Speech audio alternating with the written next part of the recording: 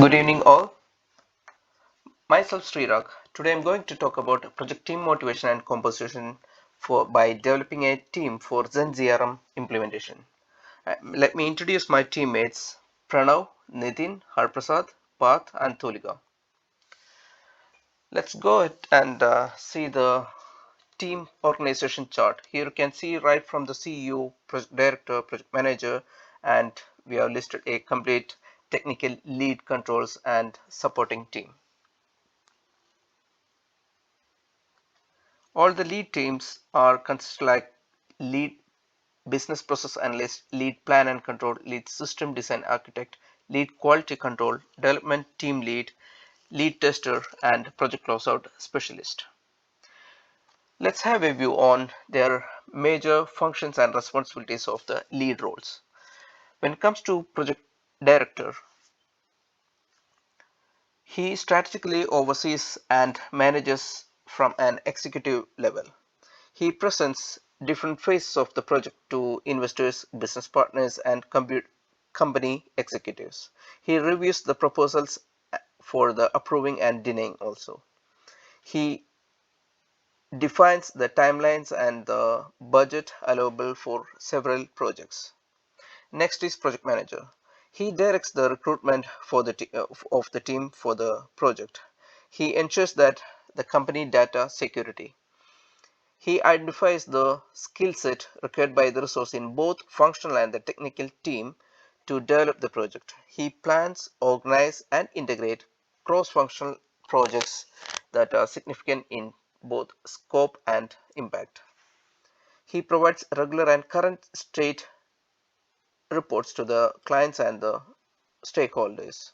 He ensures for the project delivery on time and within budget. Next, we will go for lead business process analyst. These leads and their support team will be doing the detailed current state analysis and research to achieve the project goal by conducting the market research about the competing apps, the current market, and the customer needs. And this team will be responsible to gather the stakeholder requirements and ensure that the scope is aligned with the expectation of the client. The scope of the project should be defined by defining the function requirements like deliverables, timelines, and cost, etc. Next, we'll go and have a look on the lead plan and control. This team will be creating the WBS, the work breakdown structure, and the program schedule, which complies the timeline and cost. They provide the critical path and risk phases for in each stage of the project. They prepare the Gantt chart and provide to each department. They track the progress and monitor the critical path. And in case if there is any delays, they create a recovery action plan and provide to each department to take the action. Next, we will go for the lead system design architect. This team designs the process flowchart and develops the process flowchart for each functionality. They create the system design to monitor activities to achieve the final deliverables. They create a schedule for each task and map them to the Gantt chart and link the successive task. And also they add the cost to the Gantt chart to build the budget. Next, we will go for lead quality control. This portion creates the method statement for each task and deliverables. They identify the pattern and action to improve the development cycle. They create the implementation and the testing report. Next is development team lead. This team will be leading to the assigning tasks to the team and provides a timeline. They combine the requirements from scope and design phases. They produce the actual codes and develop work progress for the planning team. They balance the workload. The lead will make sure that by balancing the workload within the team, and at last they prepare system functionality manual as well.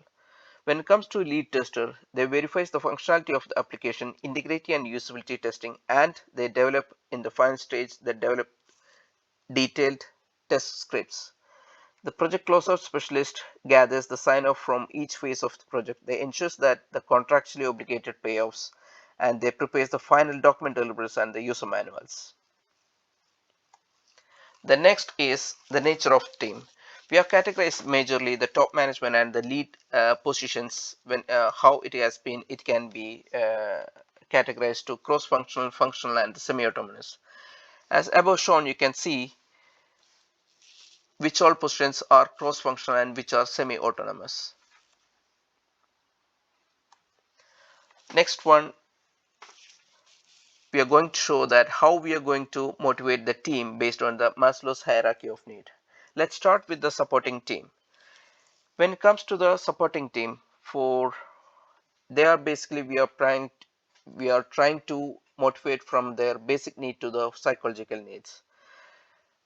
They are currently in the safety need, which belongs to which consists of security of body, employment, resource, morality, family, health, and property.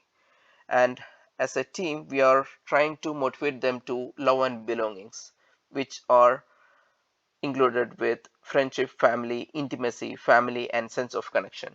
When it comes to the lead roles, and you can see managerial positions, we are planning to, or we are trying our best to motivate them from psychological needs to a self-esteemed needs. Such and the esteemed need consist of respect, self-esteem, status, recognition, start, strength, and achievement. And the top managerial positions like project manager and the project director, as they are in esteem need, and as an organization will be motivating them to self-actualization, which is the acceptance of fact and desire to become the most that one can be. And that's the end of presentation. Thank you.